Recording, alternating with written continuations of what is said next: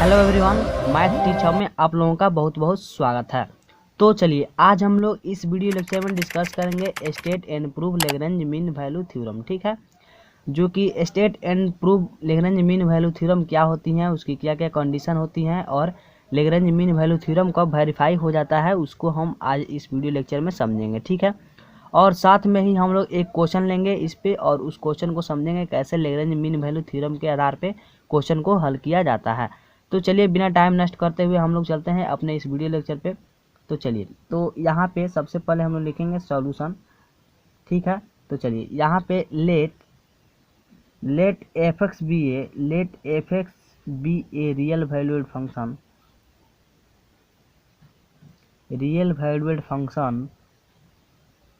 let f(x) be a real valued function in closed interval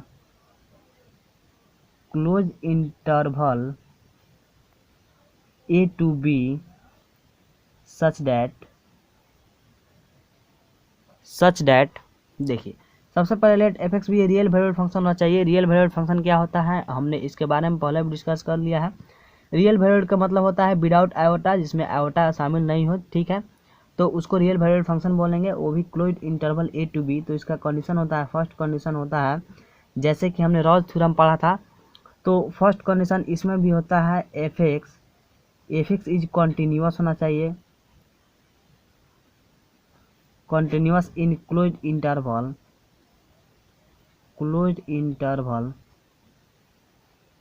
A to B. और दूसरा condition इसमें होना चाहिए एफ एक्स इज डिफरेंशिएबल भी होना चाहिए, f x is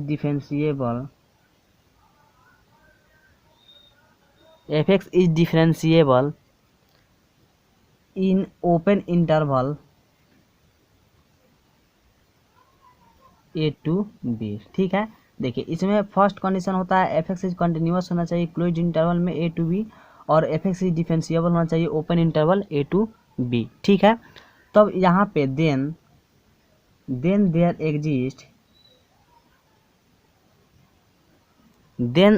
exist a value X बराबर C belong to open interval A to B. ठीक है, belong to open interval A to B such that देखिए फर्स्ट डेरिवेटिव ऑफ सी हम लोग जब फाइंड करेंगे तो function of B minus function of A बटा बी माइनस ए होना चाहिए। ठीक है, तो हमारा यहाँ पे क्या होगा, लैग्रेंज मीन वैल्यू थ्योरम जो होगा। ठीक है, तो सबसे पहले या तो हमने यहाँ पे इसका स्टेटमेंट देख लिया, और स्टेटमेंट के बाद यहाँ पे हम लोग ज्योमेट्रिकल इंटरप्रिटेशन देखेंगे। ठीक है, तो यहाँ पे हम लोग ज्योमेट्रिकल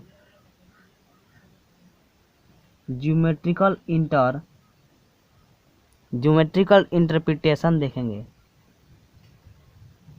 तो यहाँ पे देखिए ज्योमेट्रिकल इंटरप्रिटेशन को हम लोग सबसे पहले यहाँ पे समझेंगे। तो देखिए ज्योमेट्रिकल इंटरप्रिटेशन क्या होता है, सबसे पहले देखिए यहाँ पे हम लोग जैसे कि यहाँ पे देखिए यहाँ पे हम लोग ग्राफ की मदद से इसको समझेंगे थोड़ा सा। तो देखिए फर्स्ट कंडीशन यहाँ पे क्या है, यहाँ पे ये मानना है एक, देखिए रॉल्स थ्योरम हम पढ़े थे, तो रॉल्स थ्योरम में एक कंडीशन होता था ए और बी, फंक्शन ऑफ ए और फंक्शन ऑफ बी क्या है, दोनों को आपस में बराबर माना जाता है। ठीक है, लेकिन यहाँ पे वैसा कोई कंडीशन नहीं दे रहा है पहले से ही। ठीक है, तो ये हो गया हमारा एफ ए और ये हो गया हमारा एफ बी। ठीक है, तो देखिए जिन्होंने रॉल्स थ्योरम का वीडियो नहीं देखा है, डिस्क्रिप्शन बॉक्स में लिंक है, जा करके वो वीडियो को देख सकते हैं और वहाँ से समझ सकते हैं। ठीक है, तो चलिए यहाँ से हम लोग ग्राफ को कितना कंडीशन है ऐसे करके ऐसे ग्राफ हम लोग ले सकते हैं। ठीक है, और यहाँ पे देखिए यहाँ पे हमारा ये हो गया हमारा, यहाँ पे देखिए इसको ए मान लिए, जो हमारा इसका कोऑर्डिनेट हो गया F A into F A. ठीक है, और यहाँ पे हम बी मान लिए जिसका कोऑर्डिनेट हो गया बी इंटू एफ बी। ठीक है, चलिए तो यहाँ पे ये हमारा फर्स्ट कंडीशन हुआ, और देखिए यहाँ पे हमारा एक और कंडीशन हो सकता है, जैसे कि यहाँ पे पहले वाले को हम यहाँ पे छोटा माने हैं और दूसरे वाले को बड़ा माने हैं, वैसे यहाँ पे पहले वाले को बड़ा मान सकते हैं और दूसरे वाले को छोटा मान सकते हैं। ठीक है, तो यहाँ पे हमारा कुछ ग्राफ ऐसे बनेगा, ऐसे कुछ हमारा ग्राफ बनेगा। ठीक है, तो ये हो गया हमारा एफ ए और ये हो गया हमारा एफ बी। ठीक है, और ये हमारा कोऑर्डिनेट हो गया ए यानी कि ए इंटू एफ ए, और ये हो गया कोऑर्डिनेट हमारा बी यानी कि B into F B.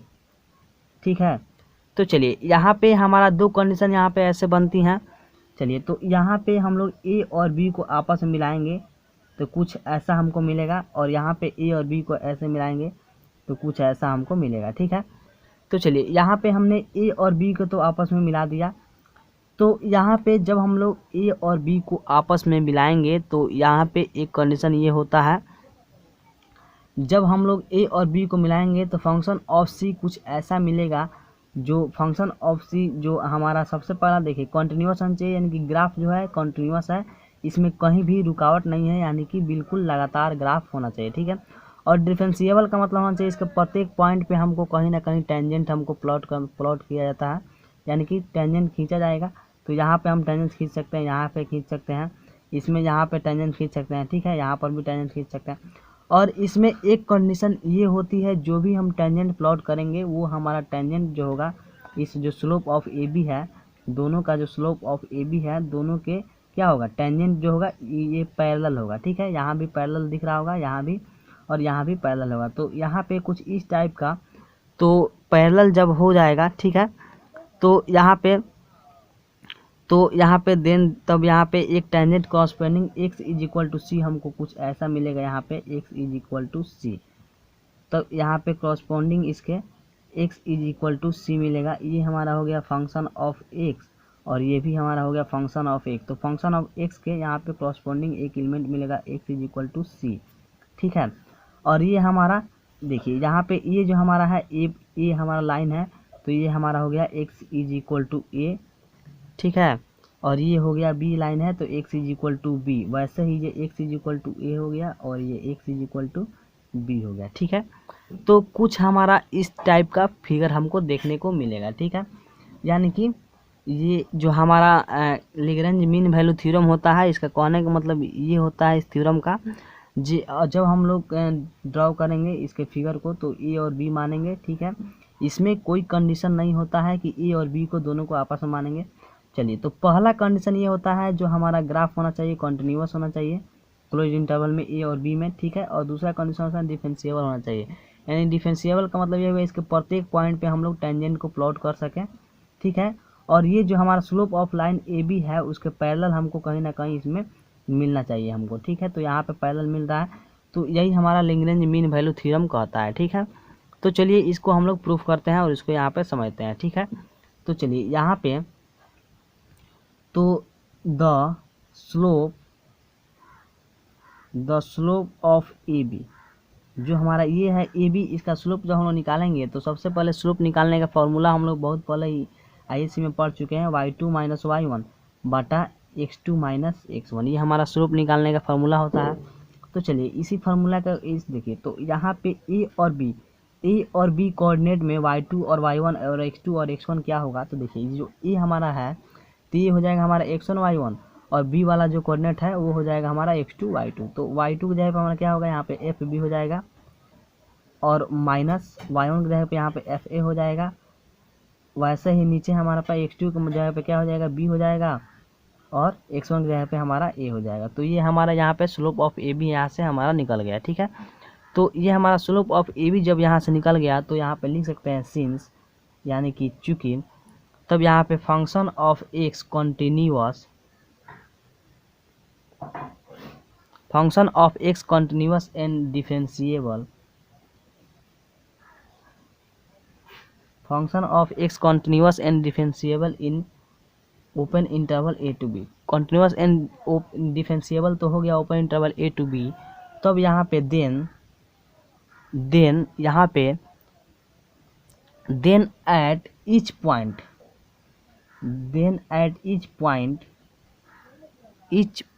Between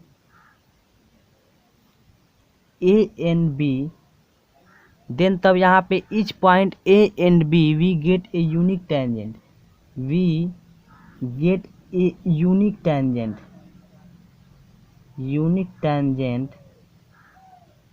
we get a unique tangent, and all these tangent there exist all these tangent there exist a tangent corresponding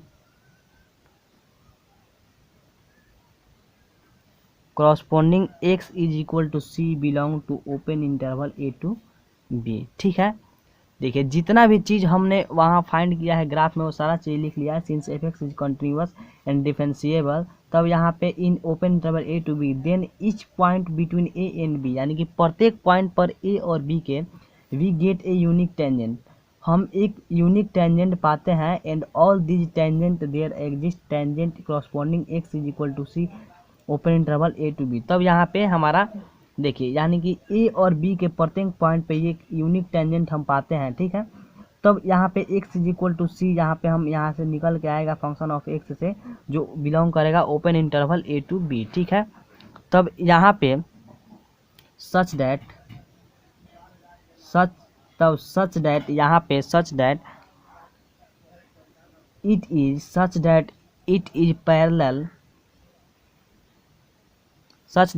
is parallel to line A B. तो जैसे कि हमने बताया है ये parallel होगा line A B के। ठीक है, तो slope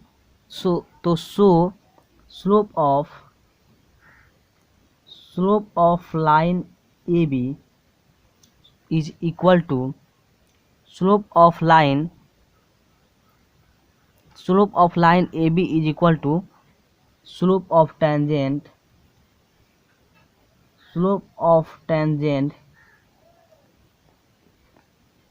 eight X is equal to C. ठीक है, तब यहाँ पे slope of line A B का जो स्लोप होगा वो slope of tangent X is equal to C के हमारा इक्वल होगा। ठीक है, तब यहाँ से स्लोप ऑफ टेंजेंट या इसको हम लोग इधर या इसको इधर लिखें उससे कोई फर्क नहीं पड़ता है। ठीक है, तो देखिए यहाँ पे slope of line A B is equal to हमारा क्या है, यहाँ पे slope of line A b हम जब यहाँ पे निकाले हैं तो यहाँ पे हमारा क्या निकल के आया है, slope of line A B जब यहाँ पे निकाले हैं तो function of B minus function of A बटा बी माइनस ए यहाँ पे हमारा निकल गया है। तो वही यहाँ पे हम लोग लिखेंगे slope of line A B, तो यहाँ पे लिखेंगे function of B minus function of A बटा में B minus A is equal to, और यहाँ पे slope of tangent X is equal to the first derivative of C उसका हम लोग निकाले हैं। ठीक है, तो चलिए यहाँ पे तो ये हमारा ये इधर लिखें या इधर लिखें उससे कोई फर्क नहीं पड़ता, इसलिए इसको इधर लेकर चले आएंगे। First derivative of C is equal to function of B minus function of A बटा बी माइनस ए, ये हमारा निकल के आ गया। यही हमको प्रूव करना था लैग्रेंज मीन वैल्यू थ्योरम में, तो इसलिए यहाँ पे हम लोग लिख सकते हैं hence prove Lagrange mean value theorem.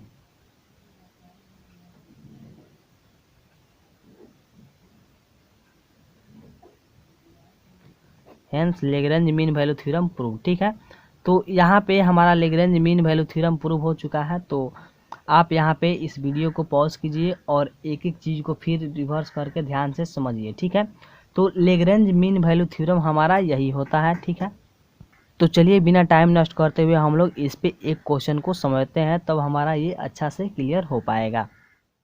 तो चलिए ये रहा हमारा question, verify Lagrange mean value theorem for F x is equal to X minus two sine X in यहाँ पे closed interval minus pi to pi. ठीक है, तो यहाँ पे हमको वेरीफाई करना है लैग्रेंज मीन वैल्यू थ्योरम को। ठीक है, तो यहाँ पे हम लोग सबसे पहले लिखेंगे प्रूफ। चलिए, तो यहाँ पे जो हमारा गिवन रहता है उसको सबसे पहले लिख लेते हैं। Given f x is equal to क्या दिया हुआ है, x minus two sine x दिया हुआ है। ठीक है, और इंटरवल भी यहाँ पे दिया हुआ है माइनस पाई टू पाई। ठीक है, तो चलिए इसको हम लोग लैग्रेंज मीन वैल्यू थ्योरम को प्रूव कर देना है। ठीक है, तो चलिए फर्स्ट कंडीशन हमारा क्या होता है, कॉन्टिन्यूअस होना चाहिए। तो यहाँ पे F x is equal to X minus two sine X is exist. ठीक है, exist for all value X belong to minus pi to pi. ठीक है, देखिए यहाँ पे एक्स जगह पे हम लोग कोई भी वैल्यू रखेंगे तो वो हमारा माइनस पाई टू पाई के बीच में ही आएगा। ठीक है, तो यहाँ पे hence F x is continuous. तो एफ एक्स इज यहाँ पे कंटिन्यूस हो जाएगा in open interval minus pi to pi, ठीक है। तो चलिए यहाँ पे अब यहाँ पे हम लोग सेकंड कंडीशन को इसके देखते हैं। सेकंड कंडीशन हमारा होता है डिफरेंशिएबल होना चाहिए, ठीक है। तो फर्स्ट डेरिवेटिव ऑफ एक्स जब हम लोग निकालेंगे तो क्या हो जाएगा, एक्स का यहाँ पे 1 हो जाएगा और 2 बाहर आ जाएगा, साइन एक्स का यहाँ पे क्या हो जाएगा, कॉस एक्स हो जाएगा। डिफरेंशिएबल निकालेंगे तो is exist for all X belong to minus pi to pi, ठीक है। तो यहाँ पे एक्स बिलोंग कर रहा है माइनस पाई टू पाई, क्यों कर रहा है, क्योंकि यहाँ पर भी आप एक्स का कोई भी वैल्यू रखिएगा तो वो माइनस पाई टू पाई के अंदर से ही आएगा, ठीक है। यहाँ पे कुछ भी आप रख के देख लीजिएगा तो उतना ही आएगा, ठीक है। तो यहाँ पे हेंस यहाँ पे F x is differentiable, F x is differentiable in open interval minus pi to pi. तो ये भी हमारा डिफरेंशिएबल भी है, क्योंकि एक्स का कोई भी वैल्यू रखेंगे तो उतना हमारा आ जाएगा, ठीक है। तो यहाँ पे हम लोग लिख सकते हैं हेंस, तो यहाँ पे लिख सकते हैं F x is satisfy all condition. तो यहाँ पे हम लिख सकते हैं hence F x is verify all condition. पहला चीज़ यहाँ पे कॉन्टिन्यूस भी हो गया, दूसरा चीज़ यहाँ पे डिफरेंशिएबल भी हो गया, ठीक है। यहाँ पे हम लोग एक्स का कोई भी वैल्यू पुट करेंगे तो हमारा माइनस पाई से पाई के बीच में ही आएगा, और वैसे ही यहाँ पे इसका डिफरेंशिएबल कर करके यहाँ पर भी हम लोग कोई भी पुट करेंगे एक्स का वैल्यू 30 या 45 या 90 जो होता है ट्रिगोनोमेट्रिकल फंक्शन का जो वैल्यू होता है, ठीक है। तो हमारा ये माइनस पाई टू पाई के बीच में भी आएगा, ठीक है। और एक चीज़ यहाँ पे और आप समझ जाइए, जो यहाँ पे कॉन्टिन्यूस कर रहा है तो आप साइन एक्स का ग्राफ आप लोग जानते हैं, ग्राफ जो होता है साइन एक्स का जितना भी ट्रिगोनोमेट्रिकल फंक्शन होता है साइन एक्स कॉस एक्स, तो इन दोनों का ग्राफ जब आप निकालिएगा तो ग्राफ ये कॉन्टिन्यूस होता है, ठीक है। जो पढ़ा होगा इंटर 12th में उसको बिल्कुल अच्छा से समझ आ रहा होगा और इस क्वेश्चन को वो अच्छा से फील कर पा रहा होगा, ठीक है। तो आप इतना जानिए साइन एक्स का ग्राफ कॉन्टिन्यूस होता है और यहाँ पे कोई भी वैल्यू पुट कीजिएगा तो माइनस पाई से पाई के बीच में ही जाएगा। वैसे ही यहाँ पे तो डिफरेंशिएबल इसका तोड़े हैं हम लोग तो इतना आया है, और यहाँ पर भी हम लोग कोई भी वैल्यू पुट करेंगे यहाँ पे तो माइनस पाई और पाई के बीच में ही आएगा, ठीक है। तो हेंस यहाँ पे F x is satisfy all condition. तो यहाँ पे एफ एक्स जो है सेटिस्फाई कर चुका है ऑल कंडीशन को। सो यहाँ पे हम लोग लिख सकते हैं so there exist at least one value X is equal to C. तो so there exist at least one value X is equal to C जरूर होगा, जो such that first derivative of C हम लोग जब फाइंड करेंगे तो function of B minus function of A बटा बी माइनस ए हमारा यहाँ पे आएगा। तो ये तो हम लोग लैग्रेंज मीन वैल्यू का थ्योरम में भी पढ़ चुके हैं, first derivative of C is equal to function of B minus function of A बटा बी माइनस ए, ठीक है। तो देखिए फर्स्ट डेरिवेटिव ऑफ सी हम लोग निकालेंगे तो देखिए यहाँ पे एक चीज़ गौर कीजिए, फर्स्ट डेरिवेटिव ऑफ एक्स निकाले हैं तो 1 माइनस 2 कॉस एक्स आया है। तो फर्स्ट डेरिवेटिव ऑफ सी यहाँ पे रखेंगे, ये एक्स जगह सी रखेंगे तो जहाँ जहाँ एक्स वहाँ सी हो जाएगा तो 1 माइनस 2 कॉस सी हो जाएगा यहाँ पे, ठीक है। तो यहाँ पे देखिए तो यहाँ पे फर्स्ट डेरिवेटिव ऑफ सी क्या हो जाएगा हमारा 1 माइनस 2 कॉस सी हो जाएगा इज इक्वल टू यहाँ पे बी जहाँ जहाँ है। एक चीज़ यहाँ पे समझिए, जैसे कि हम लोग पढ़े हैं तो यहाँ पे जो इंटरवल होता था ए टू बी होता था, जहाँ जहाँ माइनस पाई है और पाई है तो ए का वैल्यू है माइनस पाई और बी का वैल्यू है यहाँ पे पाई, ठीक है। ए टू बी हमारा क्या होता था, जहाँ भी हमारा ये इंटरवल है माइनस पाई टू पाई तो हमारा एक जगह पे माइनस पाई है और बी की जगह पे पाई है, तो वहाँ हमारा बी की जगह पे क्या करेंगे पाई रखेंगे और एक जगह पे माइनस पाई रखेंगे। तो यहाँ पे क्या हो जाएगा हमारा फंक्शन ऑफ हो जाएगा function of B minus function of A. तो फंक्शन ऑफ बी की जगह पे क्या है सिर्फ पाई है और माइनस फंक्शन ऑफ ए की जगह पे है माइनस पाई और बाटा यहाँ पे पाई माइनस पाई। जहाँ जहाँ हमारा बी और ए का वैल्यू है उसको यहाँ पे पुट कर दिए हैं। अब इसको हम लोगों को हल करना है, ठीक है। तो यहाँ पे लिख सकते हैं since function of pi is equal to, पहले हम लोग फंक्शन ऑफ पाई को यहाँ पे निकाल ले रहे हैं अलग और उसको समझ ले रहे हैं, उसके बाद यहाँ पे हम लोग पुट कर देंगे, ठीक है। तो देखिए जहाँ जहाँ फंक्शन ऑफ एक्स का वैल्यू है वहाँ वहाँ पाई रख देंगे, जैसे कि यहाँ पे फंक्शन ऑफ एक्स है तो यहाँ पाई रखेंगे तो पाई माइनस 2 साइन एक पाई हो जाएगा यहाँ पे, ठीक है। तो यहाँ पे देखिए यहाँ पे हम लोग क्या हो जाएगा हमारा पाई माइनस 2 साइन, यहाँ पे पाई हो जाएगा, ठीक है। और जब आप इसको हल कीजिएगा तो क्या होगा, पाई देखिए साइन पाई का मान क्या होता है, साइन पाई का मान 0 होता है, तो 2 में 0 से गुना करिए तो 0, यानी कि हमारा हल होकर पाई आ गया। और यहीं पे आप निकालिएगा फंक्शन ऑफ माइनस पाई का वैल्यू, तो जब इसको आप निकालिएगा तो हमारा आएगा minus pi minus 2 sine minus pi, ये हमारा यहाँ पे आएगा इसको हल करने पर। तो जब आप इसको हल कीजिएगा तो यहाँ पर भी माइनस पाई का भी साइन का वैल्यू 0 होता है, तो 2 में 0 से गुना कीजिए तो 0, तो ये हमारा भी हल करके सिर्फ माइनस पाई बच गया, ठीक है। तो यहाँ पे हमारा लेफ्ट हैंड साइड में क्या बचा 1 माइनस 2 कॉस सी ये वाला, और इज इक्वल टू यहाँ पे फंक्शन ऑफ पाई का वैल्यू हम लोग निकाले हैं तो सिर्फ पाई आया है, तो पाई, और यहाँ पे फंक्शन ऑफ माइनस पाई का वैल्यू निकाले हैं तो माइनस पाई आया है, तो माइनस माइनस पाई, ठीक है। और बट्टा में क्या है, इसको हल कीजिएगा तो पाई और माइनस माइनस प्लस पाई, ठीक है। चलिए अब बस कुछ नहीं करना है, बस इसको हल कर देना है 1 माइनस 2 कॉस सी। चलिए तो यहाँ माइनस माइनस प्लस हो गया, तो ये पाई और ये पाई मिलाकर 2 पाई हो गया, और नीचे भी हमारा 2 पाई आएगा, ठीक है। तो ऊपर नीचे सेम आया, तो इसको आप काट के इसके जगह पे 1 लिख सकते हैं, तो यहाँ पे 1 minus 2 cos c is equal to 1। अब इसको बराबर का उस साइड नहीं भेजेंगे, एक काम करते हैं इसी पे 1 और 1 को कैंसिल कर देते हैं, तो minus 2 cos c is equal to 0। तो यहाँ से हम लोग कॉस सी निकाल सकते हैं, cos c is equal to, ये बाटा में इधर आएगा तो 0 हो जाएगा, तो यहाँ पे कॉस सी बराबर 0 आ गया, ठीक है। तो यहाँ से हम लोग सी निकाल सकते हैं, इधर भेजेंगे तो हमारा क्या हो जाएगा कॉस इनवर्स 0 हो जाएगा। तो देखिए यहाँ पे सब कोई जानता होगा, यहाँ पे कॉस इनवर्स 0 जो होता है, कॉस 0 का मान क्या होता है, तो सी इज इक्वल टू कॉस 0 का मान माइनस पाई बाई 2 और पाई बाई 2, ठीक है। सी इज इक्वल टू यहाँ पे माइनस पाई बाई 2 और पाई बाई 2 आ गया, और ये जो होता है हमारा वो बिलोंग करता है माइनस पाई और पाई के अंदर से, ठीक है। तो यहाँ पे हमारा C is equal to minus pi to pi आ गया, और ये बिलोंग करता है पाई, माइनस पाई और पाई के बीच में से आता है ये दोनों, ठीक है। तो यहाँ पे हम लोग लिख सकते हैं hence Lagrange mean value theorem verified, value theorem